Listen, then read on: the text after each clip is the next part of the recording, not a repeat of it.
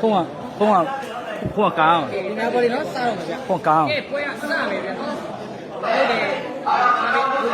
တယ် ဒါတော့ကျွန်တော်တို့အထက်ဆရာလေးဒွန်စော ခင်ဗျာစားပြီးစားထိုးကြဟေး ဝမ်းလက်ပါ ဝမ်းလက်ပါကတော့ ဝမ်းလက်ပါ ပြစ်သွားကြနော်ဒူရာလေး ဟုတ်တယ်ညီလေးနော်ဒါတော့ ဟုတ်ပြီ โอเคဟာ ပါပါတယ်စေပြီးပြီပါပါတယ်ဟုတ်တယ်ဗျာ လက်ဝမ်းမှာချုပ်တယ်တဲ့ဟုတ်တယ်ညီလေးနော်ကျေးဇူးပါပေးလို့ရှင်းပေးလို့နော် အဲ့စားပြီးထိုးမယ်ဗျနော်ဒါလေး အာ အေးဘောဒီစားပြီး ဝမ်းဩပါ ဝမ်းအော်ပြစ်သွားကြနော်ကဲမကတော့ဝမ်းအော်ဒီပြောပြပါလားဘူးတောက်ကြီးတွေပဲကြားတယ်ကဲလိုင်းရပါဟေးအဲ့စားပြီး တူဝမ်းမှာ ပြစ်သွားကြနော်ကဲမကတော့ဘာဒီစားပြီးနိုင်ရပါဝမ်းပါဘူးဒါလေးကဲနောက်တစ်လုံးရသေးတယ်ရုပ်သေးရိုက်မယ်ဒီရတယ်ဒါလေးရှင်သက်သွားတယ်ဘာတူပါဗျာမကတော့1 2ရတော့ကဲအငယ်မျိုး၄ရတယ်ရှင်းထပ်ပြီးတော့ရှင်းပြီးတော့အပေးဦးတယ်ဟုတ်ကဲ့ကဲရသေးတယ်ရုပ်သေးပဲကိုယ်တိုင်ပဲကဲရိုက်အောင်မယ်ရုပ်သေးဒီထားတယ်ကွာဒီဒီထားတယ်ဟောကဲဆေရောဆရာတူပါပါဗျာ တူဝမ်းမှာ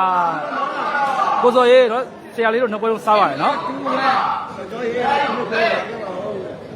ဒါလေရသေးတယ်ကဲသူကောင်းပြီလားသူစောပဲကောင်းပါရဲ့ ကလေးဝမ်းမှာခုတည်းကကလေးမဆရာလေးစားပြီးကြားပြလာတယ်ဟုတ်တယ်ကြီးလေးတော့အခုကပြင်ရောက်ကိုထုံးနေစားပြီးကြည့်လိုက်အောင်လွတ်ပဲ ဒါလေ လွတ်ပဲကြည့်လိုက်အောင်ပြင်ရောက်တို့နေ အလဲလို့လေနော် ပြင်ရောက်ပါဗျာ တို့နေ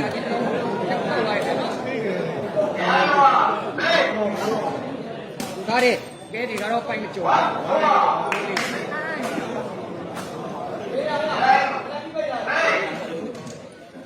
ဒါလေကဲဂျာချင်းတလုံးထပ်ပါဦးမကတော့ပိုးပါကဲမကတော့ပိုးပါဒါလေကဲသူစောပဲခုထားတယ်ကျင်ထားတယ်ဆရာလေးဟောတယ်ဂျာ အိုးတူပါ ကဲမကတော့ပိုးတူပါ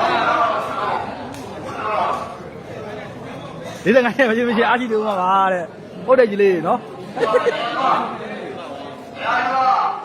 ဒီလည်းပြည့်ပြီလေ ကဲဒီကတော့ပိုင်တူဖိုးပါဗျာဟုတ်ရတယ်ဘာဒီပဲအာရမလေးသူစောညာ အိုးတူပါ ဟုတ်တယ်တူပါကဲမကတော့ပိုးတူပါကဲဒီမြကဲရသေးတယ်သူစောပဲဟဲ့တောင်းတောင်းရော ဖိုက်တူပါ ကဲမခိုက်ကူးဖြစ်သွားကြနော်ဒီဖဲရတယ်က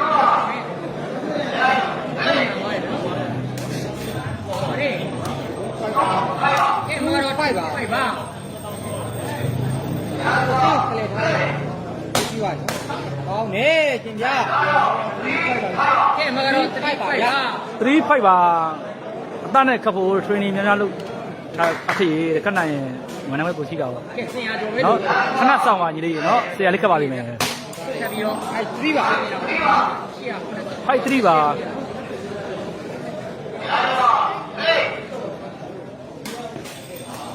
3 5ပါ ကဲမကတော့3 5ပါပါတယ်ဟုတ်သုံးပါပါလေနော်ဟုတ်တယ် ဖိုက်3ပါ 3ပါကဲဆရာလေးစာပေပြောင်းထိုးမယ်နော်ဆရာလေးစာပေကြည့်မယ်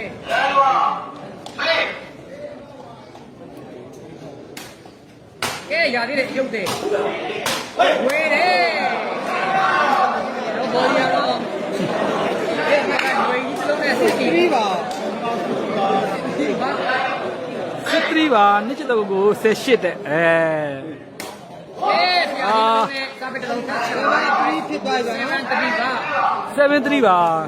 ကဲမတော့7-3ပါ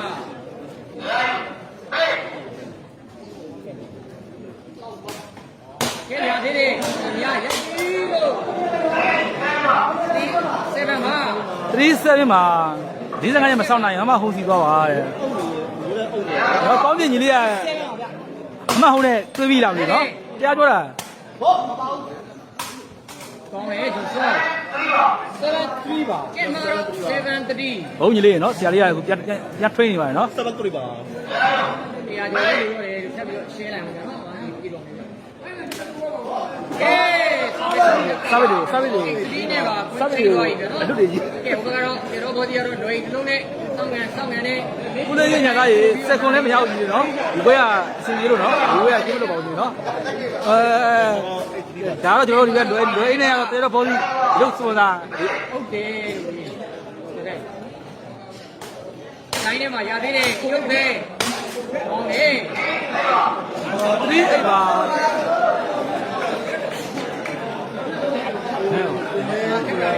ရေးရဆိုင်ရဟုတ်ကြ နိုင်တရားရှင်ကြောင်ကြီးချင်းပါတယ်နော်ကဲရသေးတယ်သွန်းလေးဟောပါဟဲ့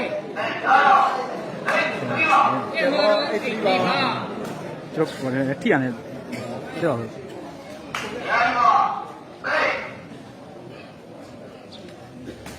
လိုပဲ ကဲမတော်ဒီအိပ်ပါ ဒီကြတော့နည်းနည်းလေးရေး သတိအိပ်ပါ ဒီအိတ်တော့ လေဒူရအစီဝဲပဲနော် ကဲလက် ဒါလည်းဘာလို့ရောင်ကြီးကိုပြောရလား ဟောအိပ်ပါ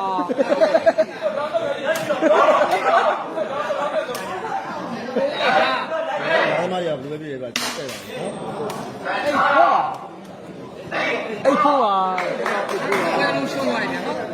ကဲမတော်အိပ်ဖို့ကဲ အဲ့ဒါရှိပါတယ်နော် ကဲရသေးတဲ့အယုတ်တွေကဲပြင်များနေပြင်များနိုင်တော့ နိုင်ဖို့ပါနိုင်ဖို့ပါ နိုင်ဖို့ပါ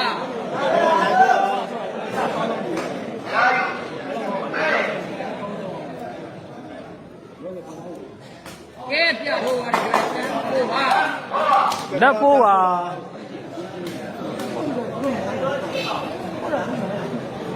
ကဲမကတော့ကျန်ဖို့ရ ကဲမကတော့ပါ 73လည်းမရအောင်ကြီးနော် ကဲနောက်တော့ လက်ဝင်းဖို့ပါ ကဲမကတော့လေဘန်ကိုပြည့်တယ်နော် မလုပ်ဘူး ရုပ်တယ်ပြသေးတာဗောတော့ ကျေးဇူးပါဗျာနော်ဒီလိုက်နေတော့ကျွန်တော်ဒီပွဲကတော့တမာသုံးပါးပြီးပြည် မကဘူးလက်ပတ်မှာ ဖိုးလည်းပြမှာ လေဘန်မှာကိုလေဘန်မှာလက်ပတ်ဘူးပါလက်ဝင်းဖို့ပါ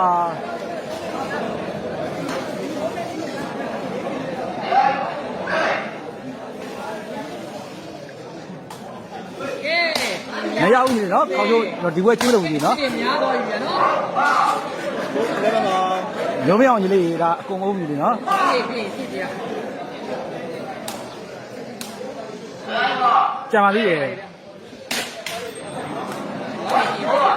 ဟုတ်ကဲ့မကဝမ်းဘူးပါ အဲ့ ကဲနောက် တူတီတော့9ရောက်ရုပ်ရအောင် ဒီ မင်းနဲ့မင်းနဲ့ ဝမ်းပြည်ရဲ့ရက်နေတယ်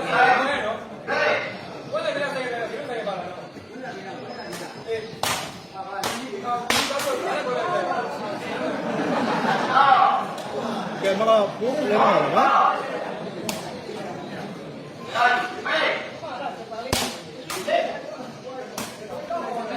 ထိုးရအောင်ထိုးရအောင် အော်တူတူပဲကဲမကဖိုက်နေမှာ ဆက်ဆက်ဝဲရှိလားအထုပ်ပဲတဲ့မရှိတော့ဘူးကြီးလေးနော်အထုပ်က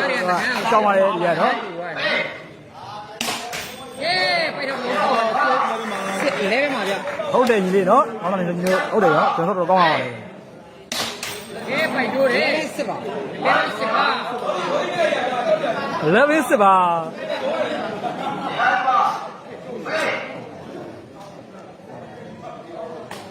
เย้ရရတဲ့ပြင်များဟျောင်းနေမြလာတွေဖယ်ထားတော့เ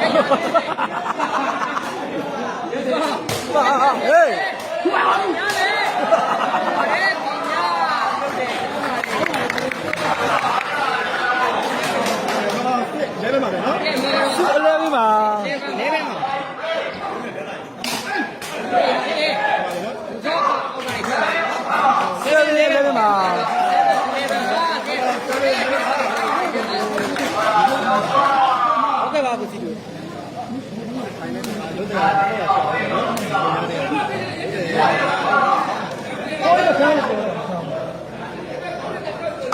မှာတော့7 11ကဲဒီများတော့ချစ်တွေများဦးမယ်တဲ့ဟုတ်ကဲ့သူစားဖို့ကြည့်မယ်ကဲ11 7ပါ ကဲမလား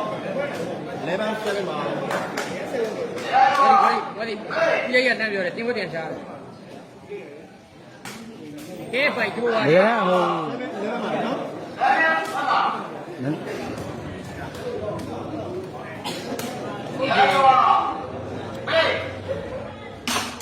ကဲကောင်းနေတာတော့စားပေးကြတယ်ကဲရှင်မညာအောင်ပြန်တော့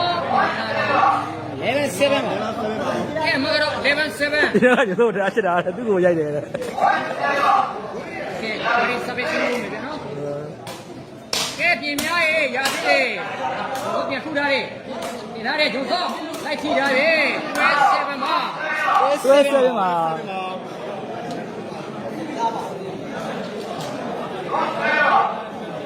ကဲလိုက်စပစ်ချက်ချင်နေဗျရာသေးတယ်ပြင်များရှင်များပါလားဗျာတော့ဂျုံစောပဲ7တွဲပါ 7 12ပါရောဖောင်းထူပါစီရီကြီးလေးနော်ကိုကြီးတို့အဲ့လောက်ကြီးမစွမ်းပါဘူးနော်ထားလိုက်ပါအဲ့ပွဲလေးက ဟုတ်နေ နော်ဝဲ7ပါဒီမှာတော့ဝဲ7เนี่ยเนาะဒီအခုကြည့်ပြရဖက်ရှင်းလာဝဲတော့ပြီးတယ်ဖက်ရှင်းခိုင်းရပါတယ်เนาะโอเคဒီတော့ နောက်ကြီးတို့ဝယ်မရှိဘူးလားပြင်လို့ပါတဲ့ ဝှရှုပ်ကချက်နော် နော်နောက်ကြီးတို့ကအခုတဲဝဲကြကလေးပါနော်ကြီးလေး ကဲပိုင်တော့တယ်ဟိုက်တွဲကျွဲပါကြံသေးတယ်တရားမှာဖွင့်ဆွဲကြံသေးတယ်တိတ်ရတာ များနေတယ်နော်ဟိုသားတယ် တိတ်ရတာတိတ်တာတာ ဒီသားလေးဘူစော ဒီရတိတ်ရတာခင်ဗျာ ဒါကတော့နိုင်ကျွဲပါဗျာ နိုင်တွဲပါ နိုင်ကျွဲပါဒီများတော့ရေတော့ရေးတယ်ဟုတ်တယ်ကို များပြီးတော့အသေးတွေပါပြေးပြီးတော့နောက်ကနေ နိုင်တွဲပါ ဟိုသားတယ် ကဲရာသေးတယ်မစောလေးပဲခဏကောင်းပါလေကဲမကတော့ကျွဲနိုင်ပါကဲဆရာလေးစားပြီးတောင်းဖို့မယ်ကျနော်ကဲပြင်များရေးအမလာပြီလို့ကဲအချင်းကြီးများပြန်ပြီ အဲ့ဒီလားဒီပြောဘယ်ဒီလားအာကိုမျိုးကတော့ပြောနေပြီ ဖလက်ပိတ်လိုက်ပါဦးကိုဝေးဝေးဝေးဝေး တန်းတွဲပြတယ် ကဲမလေးတန်းတွဲဖြစ်ကြနော်တော့ ဟိုသားတယ် ကဲဆရာလေးပဲဟော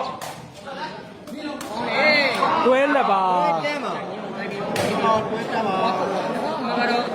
ကိုကျွန်တော်လောက်ထောင်ထားရတယ်ဟုတ်တယ်ဗျာနော်ကျွန်တော်ပဲမသိလိုက်ပါ ဆရာလေးစားပေးကဲလိုင်းထဲမှာကဲရ ဟုတ်တန်းဖြစ်ကြပြန်နော် ဟုတ်လက်ပါ အေးကဲဆရာလေးစားပေးတက်ကြည့်မယ်ရစ်ထားတယ်ကဲပြင်များတော့ဆက်ပြီးတော့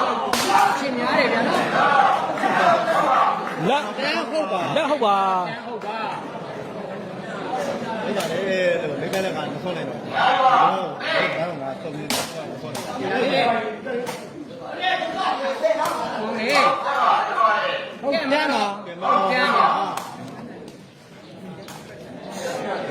ဒီလိုတော့လစ်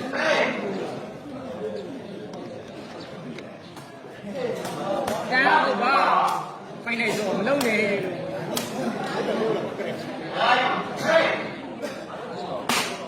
ကဲတော့ထူထားတယ်ရှင်းထားတယ်ကွာလေတော့ ဟုတ်တန်းမှာ ကဲမကတော့ဟုတ်ကျမ်းတယ်နော်ကဲ ဟုတ်လက်ပါဝင်းလုံးရတယ်မေး ဟုတ်တန်းမှာဖုန်းနားဟဲ့လား ကဲရသေးတယ်ကဲဆယ်တော့ဆယ်ဘူးလို့ပြောဆက်သွယ်တွေဟုတ်ပါဘယ်မှာ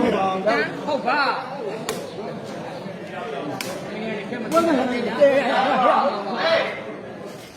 ကဲချိုးတယ် လေး ကဲ လေး လိုက်ကျမ်းပါ လိုက် ဝဲလေရမောဆိုတာတဲ့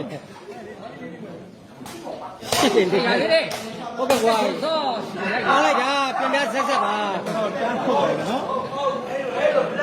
အကြီးပဲမရှိကလူချင်းလို့ပါလေဟုတ်ကဲ့ကိုရှိသေးလို့တော့တဲ့တော့ဟိုလာတယ်ကြားထဲမှာ ကဲဂျာ လေဘင်းဟုတ်ပါ လဲပဲဟုတ်ပါရ ကွ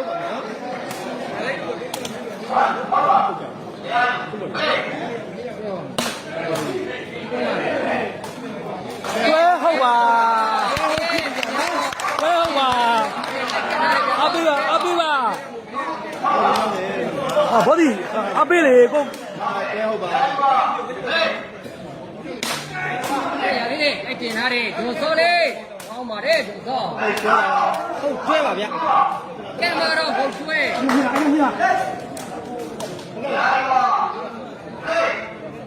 ပါပါရဲ့ဗျာနော် ဟောကင်းကဲနေပါပါဗျာနော်ဟုတ်ကဲ့ဗျာ ဒီလေရုပ်တဲ့အချင်းများတယ်ဟီး ကွဲဟုတ်ပါ ဒုက္ခရုပ်တယ် အေးလေအာဒီပြင်လေးပြင်များကို ကဲမှာတော့ ဟုတ်ကဲ့ကွာပြင်းပြင်းဟိုလာတယ် ဘောပဲ ကဲ ဟောပဲလက်ဩပါလက်ဩပါ တဲအော်ဆင်းလာခဲ့ပြန်နော်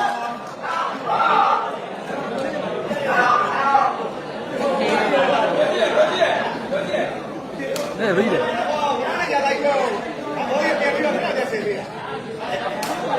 တန်းဟုတ်ပါအာယုံရနော်ဟုတ်ကဲ့နော် ရသေးတယ်ဂျုံစောလေးကောင်းပါရဲ့ဂျုံစော တော့ဟုတ်တယ်နော် ဘယ်နှမဘယ်နှမကဖီးရတယ်ညီလေးလွတ်တက်ရေး85စီးပဲညီလေးနော် နိုင်တာနော် 85စီးပြီးတော့စင်အောင်မင်းဂိတ်ဆင်းရညီလေးနော် ရုပ်တယ်ဆောက်လိုက်ကြားလို့ ကိုကြီးအဲ့ဒါကိုသိရကြနော်ကြားတော့မသိဘူးနော် ညီသားတွေ ကဲမှာတော့တန်အောပါ အဲ့တော့အားသေးသေးတောင်းရသေးတက်စီလဲ အထက်ကထိုင်းကိုစင်ကောနေတာကွဲပြီးရင်နေရတာတရားစိုးကြီးတော့မိတ်ကဝင်ကြီးနော်ထားလိုက်ပါ ဒီကကုန်းလေးအဲ့ဒါကျွန်တော်ရပြထားတာ လေဘင်း လေပဲတန်းပါဗျာ လေဘင်းလက်ပါ နားတော့ပြင်ရဟုတ် ကွဲလက်ပါ ဝဲတန်းပါရလို့ရတယ်ပြီးတာရ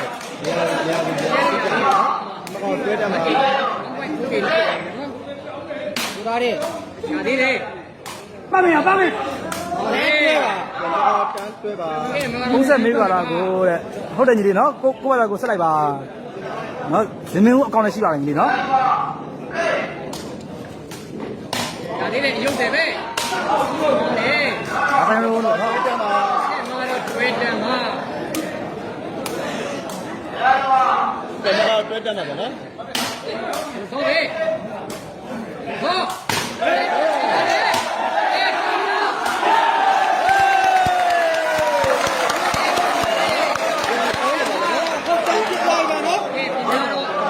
ဟုတ်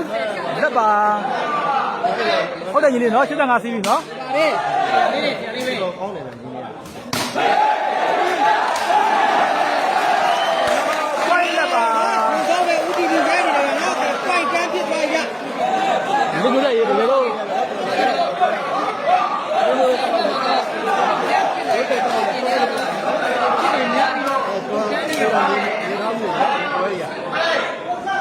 ါလေ ဟုတ်ပြီ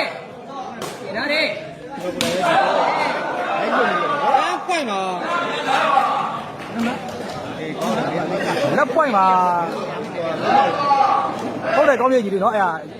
ကဲ အာ အဲ့ဒီပပနေနေပဲ လေဘင်းပွိုင်းပါ သွားပြီးတော့မကတော့လေပဲပွိုက်ဖြစ်သွားကြနော် လေးပန်းပွိုင်ပါ sorry ပါလေးပန်းပွိုင် မြောက်ချိုးထိုးခိုင်းရမှာလေအကြည့်ကျုံနဲ့ချုပ်ပြီးထိုးမှရတယ်ပြင်ရတယ်ဆိုရင်တော့ဒါရုပ်တွေတော့သုံးလေးလောက်တက်လက်တယ်ဟုတ်တယ်လေအဲ့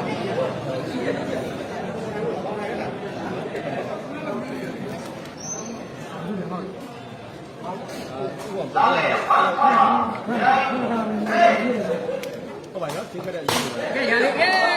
ဝဲ ဝဲပိုက်ဖြစ်သွားကြနော် ကတော့ဒီစင်မှာတော့တွဲပွိုင်ပါ ကိုကြီးနေပေးရမယ် ကဲရတယ် ကျွန်တော်မဟုတ်လေ ဟုတ်တယ် ကျွန်တော်မဟုတ်ဘူး ပြူပြလို့ပြူပြလို့အကိုကြီးပါအရှင်ပြူရတယ်လေ ဟုတ်ကျွန်တော်သိနေလားကျွန်တော်ဟိုရတယ် ကောင်းတယ်ဂျုံစော တွဲပွိုင်ပါ ကဲမောကတော့ပွိုင်ပါကဲဒီမကြည့်သေးဘူးနော်ဒီပြန်ပုတ်ကြည့်ပြန်နေခိုင်းနော် ဟိုရတယ် ကဲရုပ်တယ်ပဲကောင်းတယ် ဒီနေ့ကအဆင်မြင်တယ်အဲမြတ်စော်တွေဟုတ်တယ်နော်ကျွန်တော်တို့အရင်ကတိုင်းသားရဒီများအကောင်းဆုံးကောင်ဖြုတ်လာတာလေ ဟိုရတယ် ကဲရလေးပဲကဲဂျုံစောလေးပါပဲ ဟုတ်တယ် အဲအဲ့တော့ချိန်မရှိလို့နော် ကဲမောကတော့တွဲပွိုင်ပါ ဟုတ်တယ်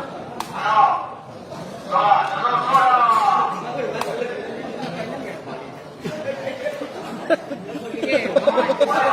တယ်ငါစီက9လဲပြီနော်ဟိုရတယ် ကဲပြင်များပဲကဲအချစ်တွေများပြီလားကဲဒီလာတယ်ပြင်လာတယ်ဟုတ်တယ် ဟုတ်ကဲ့ပြစ်လိုက်ပါနော် ဟုတ်ပွိုင်ပါ ကဲတိုင်း ဟုတ်ပွိုင်ပါ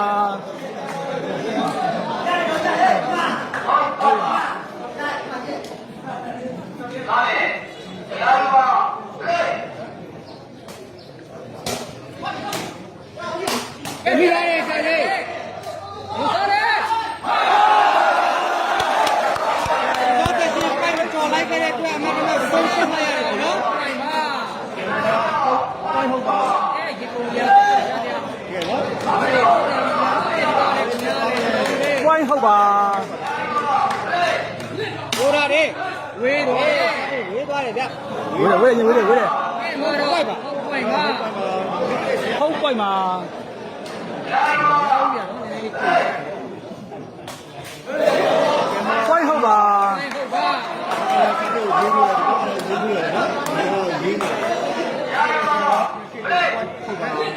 ိုရတယ်ကြားထဲမှာ နေဆရာလေးပဲကောင်းပါလေဂျုံစော ဟုတ်ပါပါ ကဲမောတော့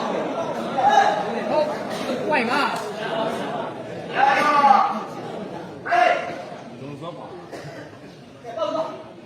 ဟိုရတယ် ကဲရသေးတယ် ဟေးဟိုရတယ် သွားရဲ ပွိုင်ဟုတ်ပါ ဒီစနေကနေနော်ဟိုရတယ်တော့ဒီနေ့တက်ကြည့်လို့တော့ဟုတ်ပြီသွားတယ်နော် ဟောပါကဲဒီလိုကိန်းနေဖြစ်နေပြီဆရာမနေနေနေနော် အမတ်တူပွိုင်ဟုတ်ပါ ကဲမကတော့ နောက်ရှိသေးတယ်ဟုတ်ပါကြီးနောက်ရှိရင်ကြည့်နေတယ်ရန်ကုန် ကဲဓာရီစပိကြည့်နေတယ်နော်ဒီတော့လေ ဒီဆုံးပါ ဆငါမဲ့ဆလေးမဲ့ဆိုတဲ့အမနဲ့ကျောင်းဆရာကွာတစ်ဘုံစောတော့အနိုင်ရရှိသွားခဲ့တယ်ဗျာနော် ကဲပါလာ